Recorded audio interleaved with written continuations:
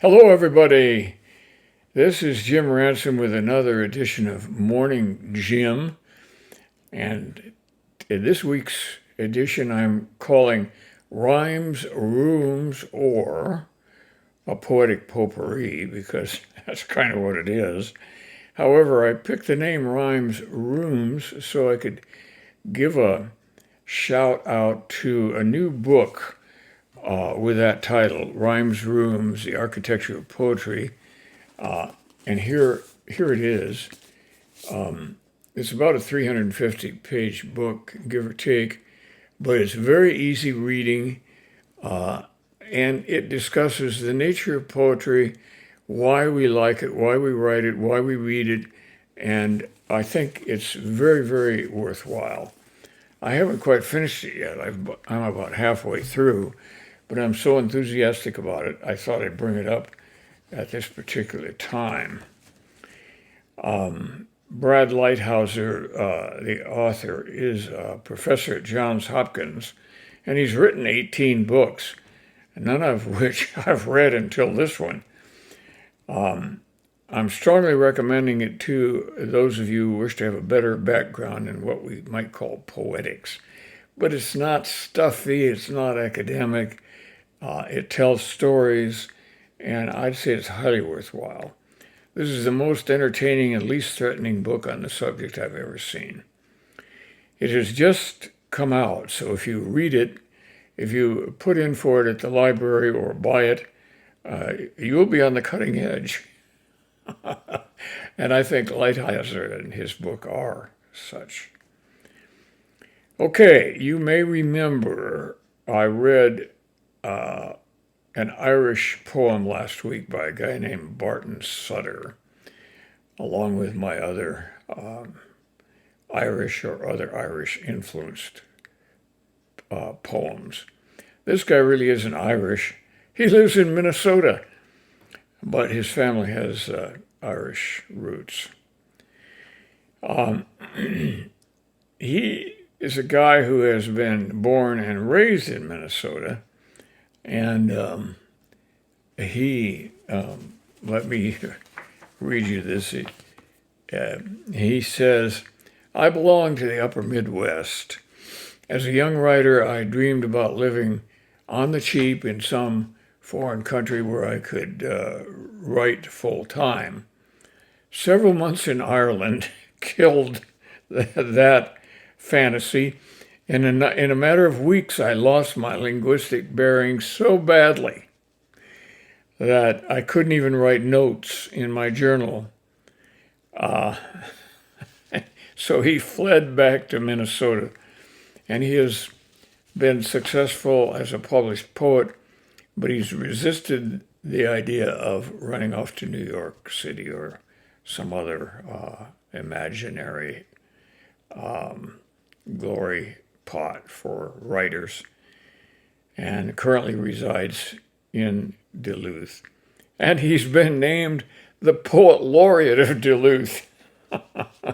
I laugh at that because it sort of reminds me of the idea of having a Poet Laureate of Topeka or a Poet Laureate of Mason City, Iowa, where I was born. And that wouldn't be a bad idea because the Poet Laureate, the permanent Poet Laureate of Mason City would be the guy who wrote The Music Man and who was a revered leader in Mason City for many years. Okay, now, Barton Sutter. I told you that I'd fallen in love with his poetry and that I would read you another poem by him. And so I have one here, and it's called I Love Your Crazy Bones. Even your odds and ends. I love your teeth, crazy bones. Madcap knees and elbows. Forearm and backhand hair makes you animal. Rare among things.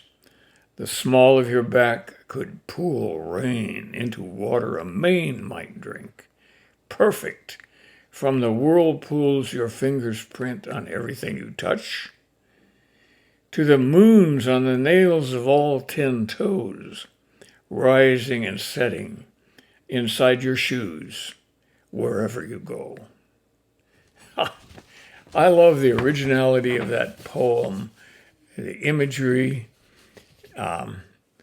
It's just really a one-of-a-kind poem. And Barton Sutter, I would say, certainly deserves the title of a poet laureate of someplace.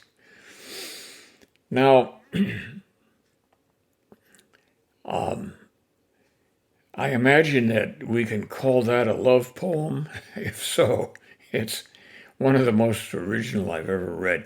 Next, here's a poem by a well-known poet who died in 2008 at the age of 91, I think.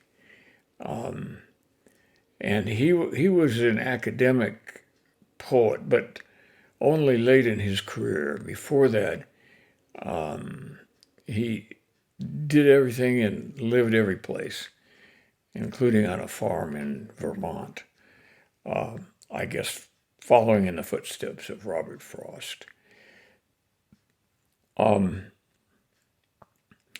This poem is from a book of the same title. The poem is called Scrambled Eggs and Whiskey, and the book was published, I think, in 1996 by Copper Canyon, which is a very sought-after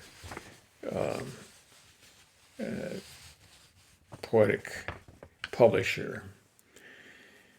Scrambled Eggs and Whiskey by Hayden Carruth.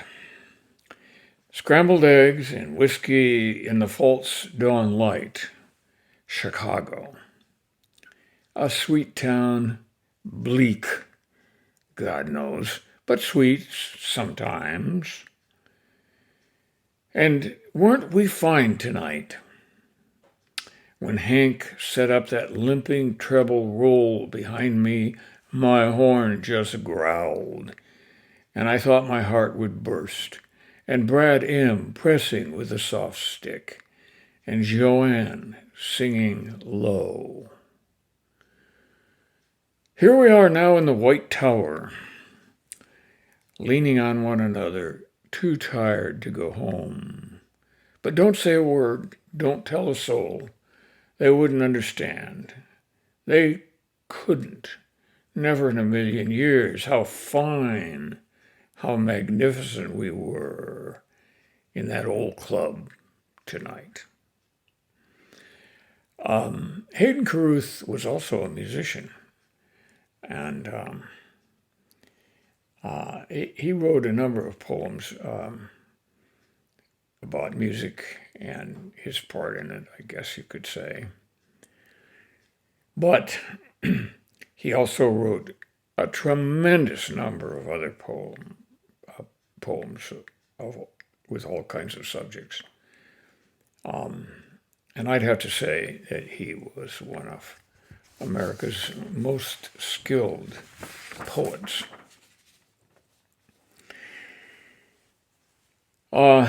Next, I'm going to read you a poem by one of the best poets of our time, A.E. Stallings. Now, I don't know whether she used the name A.E. in honor of A.E. Hausman, who came much before her, or to hide her sex for some reason.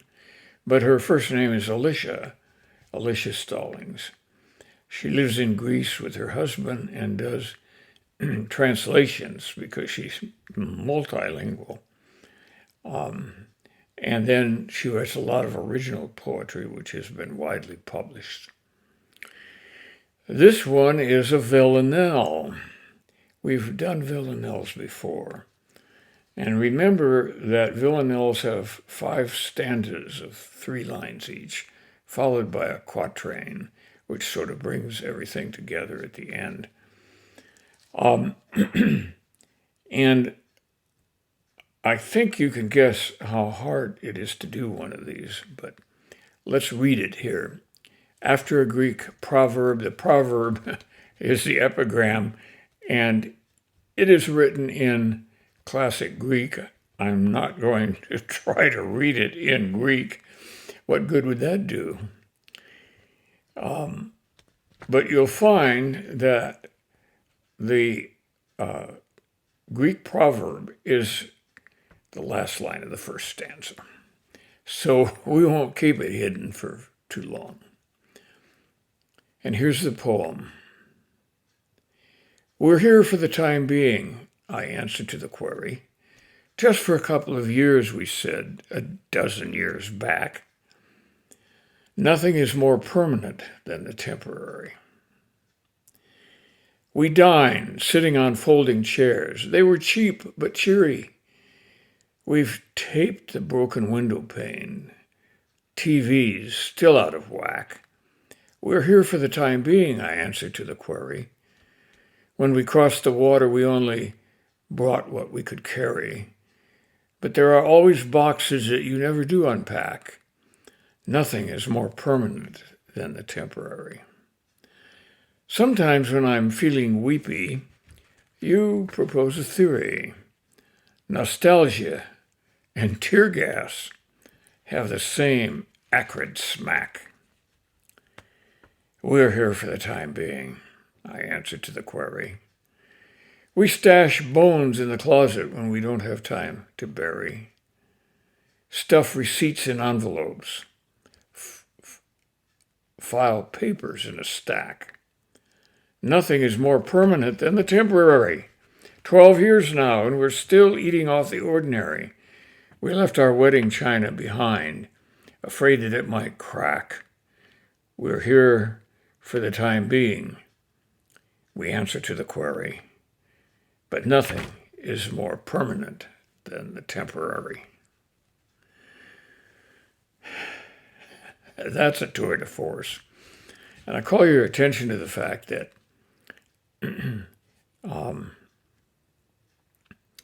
in this poem, the middle line of each tercet, each three-line stanza, rhymes. Just for a couple of years, we said, a dozen years back, we've taped the broken window pane, TV's still out of whack. But there are always boxes that we never do unpack. Nostalgia and tear gas have the same acrid smack. Stuff receipts in envelopes, file papers in a stack. We left our wedding china behind, afraid that it might crack. You see there, in those central lines of each stanza, you have a poem. You have a separate poem. It could have been written as a poem just by extracting it from the larger villanelle. I think it's amazing that she has been able to pull this off. And she proves the the accuracy of the ancient Greek proverb. Nothing is more permanent than the temporary. I think many of us have had that feeling at times in our lives when we've had to move frequently and take it all with us. It's not an easy thing to do. And I think this poem was written out of her own experience because she and her husband, who is Greek, went to Greek as a temporary thing, and they're still there. I'm not sure that they're still living with the same equipment that she describes in the poem, but who knows? I certainly don't. Well, I hope you enjoyed this series of poems by Barton, Sutter, and Hayden Carruth and Alicia Stallings. I really enjoyed hunting them up and reading them, and we'll go back to those poems, to those poets again sometime in the future, I'm sure, because they really are outstanding. In the meantime, I'll plan on seeing you again next week. And of course, the title of next week's program is a secret, even from me. But I have fun doing this, and I'll find some stuff that I like, and I hope you will like for our next week's effort. Bye now. See you then.